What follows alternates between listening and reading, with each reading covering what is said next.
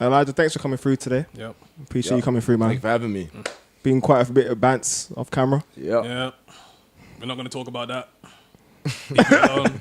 But yeah, thanks for coming through, man. We appreciate you. Anytime. Thank you for having me, man. Cool. Okay. So let's jump straight into this. So we know you from CCF, from Christ College Finchley. For those who don't know, it's in London. But for those who don't know you, how will you describe yourself and your brand? Okay, my name's Elijah.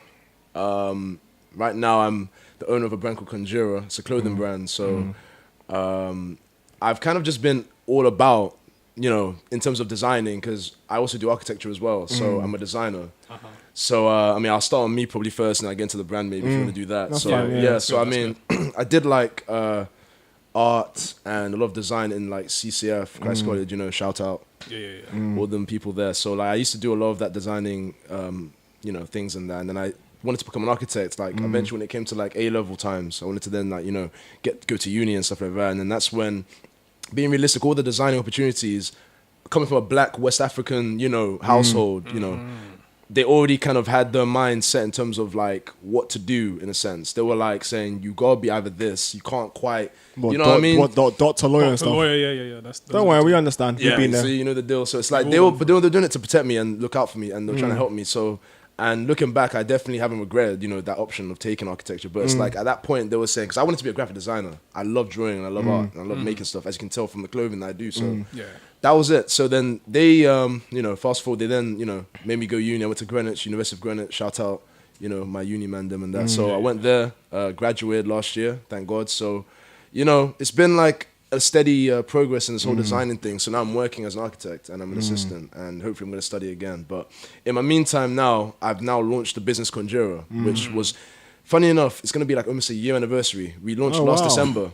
Okay. So, we only got like a couple months. Thank you. We've got a couple more months. It'll be like a year since I launched it last December. So, the year's flown by, honestly, as cliche and corny as it sounds. It's just been like, it's good though. God's been like working, just been helping me out with it, just keep me on the right track, only up from here. So, But, so with Konjira is a concept, an idea about Japanese influenced clothing in a Western perspective, from a Western point of view. So I don't know if you guys can relate, but I'm a big anime Japanese nerd. I love, So we're all in the same ilk. So I'm into all that type of stuff. And I just felt like, expressing my childhood in that sense. So I used to watch a lot of anime. I used to watch a lot of cartoons that were like, very pop culture Japanese, such as Gundam Wing, Sailor Moon, and all the ones there back then when you were a kid. So it's like all these little things that were, vibrant and powerful, strong, in terms of the way they portrayed them. And I just wanted to express that in the clothing line, simply just that's fun. And I guess also with the term Konjira, the name, it comes from so it derives from Kong and Godzilla. So what is, if you look at it, it's gonna get a bit deep, but King Kong is meant to be he's a type of kaiju. Kaiju is like a form of genre of culture in Japan, which is like big beasts that are powerful and stuff like that. So King Kong is one kaiju for the West, because he was a Western creation, he wasn't Japanese really. And Godzilla is the Japanese kaiju. He's basically like the most famous kaiju you think of. So whereas that Konjira is a mix of both of them. So originally I wanted to do Kongzilla, but Kongzilla isn't exactly, it's a copyright name. So I had to kind of be careful about how to move with that. So I thought, okay, how can I maneuver this? So then Konjira was the actual translation in Japanese for Kongzilla. So I thought that would work then. So Konjira, that's where the name actually originated from. And I just wanted to make that clash between two cultures, the West, which is King Kong, and Godzilla, which is, Japan, come together to make this kind of like harmonious kind of clothing line that's inspired by that. And that's it really. And we've been doing, tests and prototypes ever since, since December. So we've had a few releases. I was at Comic-Con. At MCM, MCM Comic-Con. I was doing that. Right now on the list, I've got a collaboration with a rapper that I know, Krista Prince. He's doing a lot of stuff right now. He's a good, check out his stuff, Krista Prince. I saw it on the IG page. Really so good. He's doing that right now. He's up and coming right now with it, and we're sponsoring his clothing for that. Nice. And then also I've got a pop-up event in Dalston coming up. Nice. Yeah. What's the date? So it's 1st of December. Dalston near Kingsland. Dalston, Kingsland, you know that area? Like Dalston Junction, basically. Okay, cool. Yeah, I'll send you the addresses though. Okay. Yeah, we'll come through. That's good. Yeah, definitely. Appreciate it, man. Right, Thank cool, you. man. But that's it really, so yeah. Okay, so with the Konjira, so why a clothing brand specifically, and do you have any like plans to expand further outside of just clothing? Oh yeah, most definitely. So for first of all, clothing brand, to me, I like I wouldn't say I'm a fashion guy, but I definitely do have an eye for certain things when it comes to fashion and just design. I think we all do. Yeah, it's just a way of expressing what you think and what you like. So it's like, in a sense, clothing for me is also the most, in terms of like, it's current and it's fluent in terms of the way you can work with it. Right. It doesn't take much for a young brother to try and like, buy some shirts that are Gildan or whatever and put a cool design on it. And if it's something that he believes in, cool, that's fine. I was having a conversation with Daniel earlier, like, you got kids doing all kinds of stuff, but I'd rather have them do that in terms of clothing and something that's creative that you're actually doing no wrong with, you know what I mean? And you're actually providing something in the community that way. So I feel like that's an option. Although it is saturated now, there's a lot of clothing lines out there. Yes, we are going to get into this. Yeah, but not mentioning any names, but a lot of competition out there. Because we interviewed a clothing designer, I think back in, was it February, March?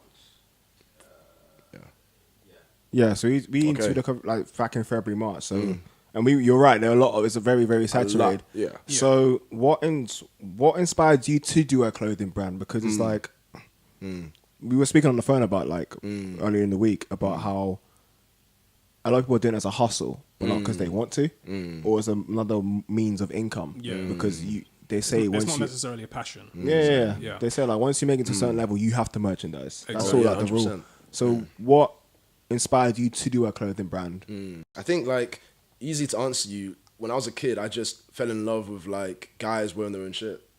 Simply as like I grew up watching like Jay-Z, Rockefeller, Rockaware, Pharrell, USB, being in a boys club. I watched all these guys that I looked up to in the music realm, especially because that's like the first kind of thing that I looked up when I was a kid at. When you look at these music videos and things like that, like G Unit with 50 Cent, and Diddy wearing the bad boy Diddy wearing the stuff. bad boy Sean John. So it kind of felt cool to me in terms of like, okay, here's this concept, this idea of this clothing, brand that's Japanese inspired. Would this look good in a shirt? Would it look good in like, an animation or whatever? Yeah. But I felt like at that point in time, I thought, what, I would like to do a shirt. And I would like to do, not even a shirt, but a hoodie or a jacket and just like wear it. And that's kind of like, I guess the simplest way I could say why I wanted to do clothing maybe. But we're not going to sell for that. I think that is the gateway in a sense. Because like I said, it's very easy to kind of like, it's fluent with clothing. You can easily kind of pick that up and then flip it and then expand from that. So eventually what I've got planned for it is a lot bigger than just clothing. We're going to make it into a movement in a sense. Like we're going to have like, cars and things like that involved. I've got so many plans, honestly, with people that I've met over the years, just like build up that rapport and network. So we're going to do like jewelry even. We're going to do so much. Yeah, I saw on the IG page, there was like a concept with like almost like an Air Force sneaker. Yes. Like, so like there's a lot that you can take. I got some things coming up, but secret, I can't say them. We got a legit. That's fair, man. Okay. Yeah. We got protect some the work plans, on. man. Protect the plans. Yeah. But when they do come out, let us know though. Most of them. I got you, man. Only one pair though. You're gonna have to share. You know what I mean? Make it size 12, and then we have to share. Yeah. I can make that work. That works. That's cool. Okay. That's good. But yeah. I guess. Do we? No. Well, are you size 12? I am now. Okay. It's cool, man. All right, cool. So, what are some of the challenges you faced creating this brand? Because clothing brand is a very like difficult thing to make in terms of like 100%. production, distribution, supply, whatever. Yeah. And especially with your full-time job as an architect, so you're having to balance the two. Yeah, exactly. So how is that working? How do you sort of navigate that? Working is a stretch. Like I don't know if I'm doing it well, but I'm managing. But I think we had this conversation earlier about how. Yeah, it's been a big year. It's been I'm working since I graduated. Yeah. But I feel good though. Don't get it wrong. I'm not like struggling or depressed about it or anything. It's actually the best thing I've ever had, honestly. Because I think when I short story, when I started the brand, when I launched in December last year, I was unemployed at the time, and I was let go from my work at a previous placement that I was working at, and this was around October, something like that, and I was let go then, simply because they just couldn't afford to have me there. It wasn't anything personal or whatever like that, so I was made redundant for like a couple of months, 4 months really, and in February time, I then got back into work again, but in that space that I had, after that last paycheck, I just ran with Konjira and thought, you know what, I want to do this before I get back into it. I want to try and do something rather than just be moped and depressed about it. So, and that's a big deal as well with young black kids, especially like, trying to get into that that rat race of work and 9 to 5 and trying to do stuff to impress your parents or yourself. Like, it's a big thing, but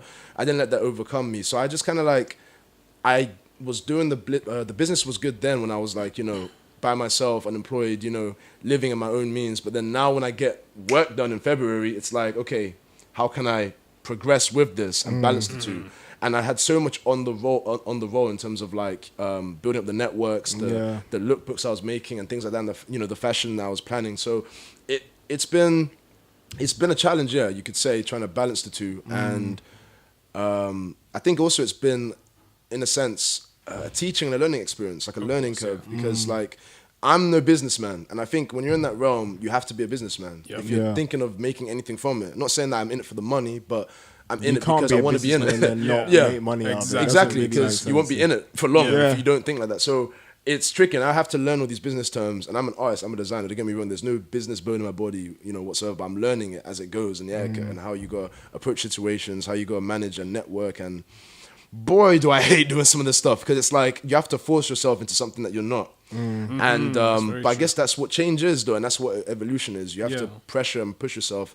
Like they said, you know, pressure makes diamonds. Adapt and evolve. Be comfortable being uncomfortable. Absolutely. More on that, and on that, congratulations, because you've been nominated for an award, the Black Awards. So that's good. That's congratulations on that. Hope you get many, many, many more. Thank you. Me too. That would be awkward.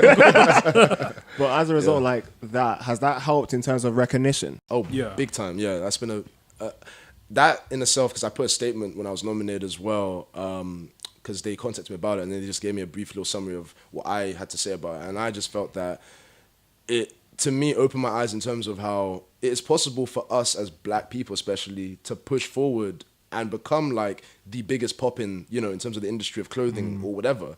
And that's simply, as you must obviously have heard the saying, support your own, support Black businesses, which has been run to the ground. But it's true though, don't let it go. Keep on supporting because it means a lot. And I feel like even me and my attitude, when that nomination came quite shortly, it affected my psyche and how I approach other people who I know that are Black and are trying, or even ethnic minorities as well, who are trying to get it. And I started reaching out to a lot of people and said, oh, let me help you with this, or let me give you some advice or how to maneuver. It might not be much because I'm only in it for 1 year, but whatever I've learned, I can help you with it. Anyway, so I've been doing a lot of that. So that's really influenced me over that short period of time since I was nominated, on how to, you know, have that mind state. You know, we're all in it together in a sense. We all can eat.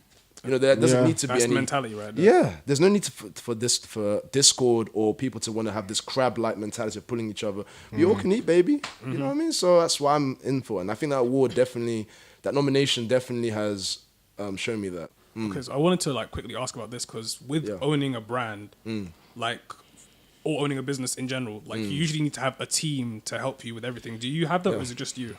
My family.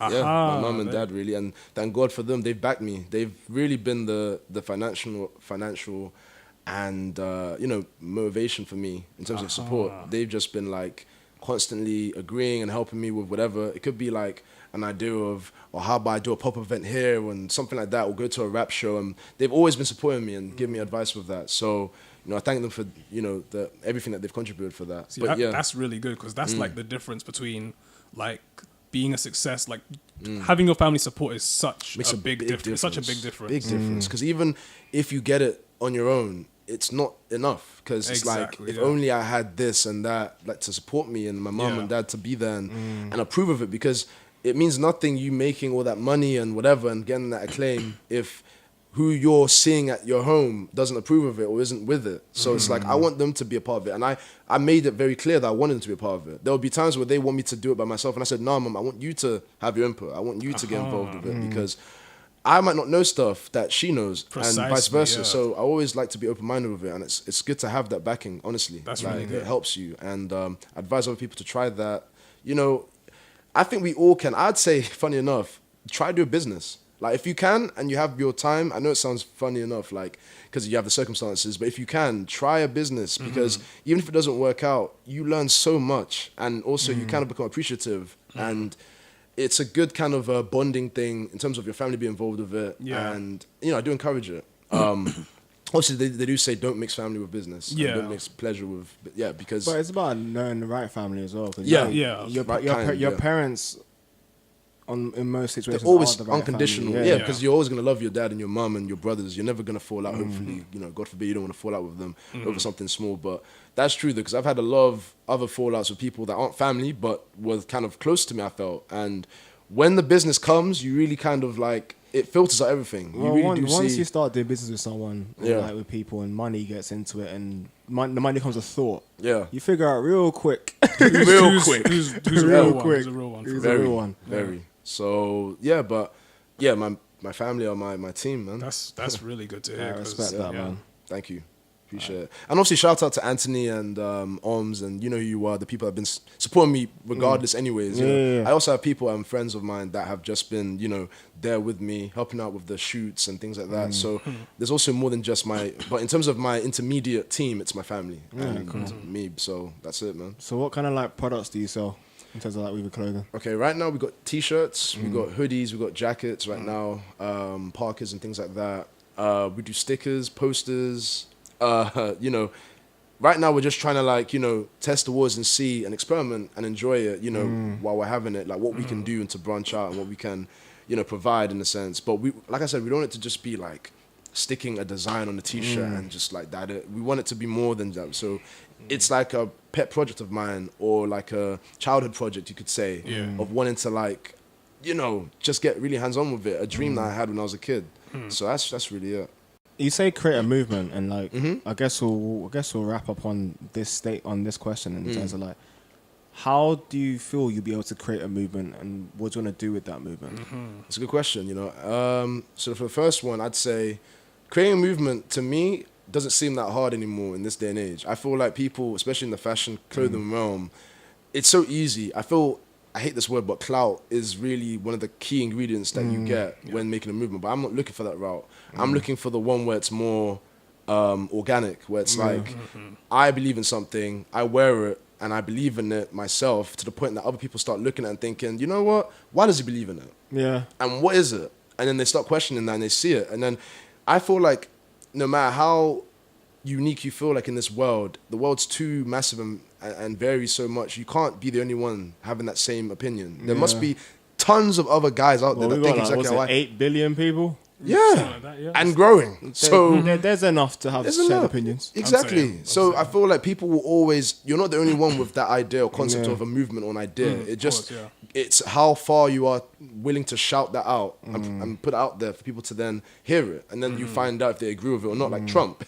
When Trump, before him, no one was talking about that whole war. Well, people were whispering it. You didn't see it out in the open. Till that guy went and shouted it out to the world. Everyone then started low-key supporting it. Because that's what I'm saying. So I feel like with him, like, he just said what a lot of people were thinking. Exactly. Precisely, yeah. But you didn't see it in the forefront until... He's just become... He's very blatant with it. So Yeah. that's why he's... Speaking people's private thoughts into, like, actuality. Yeah, that's what it is. essentially, yeah. So it's the same kind of process. Not like I want to go that route, but it's like with Trump, it's like with like a movement, it's like you gotta just be bold enough. Like I said, I wear my stuff everywhere I go. I try to make sure I'm wearing whatever that I've made that's Konjira related, especially because why not? First of all, you know, I made it. I put my sweat and tears. Yeah, I got you know, stunt with it. So and on top of that, when I wear it, if someone did say to me, wasn't a clothing designer.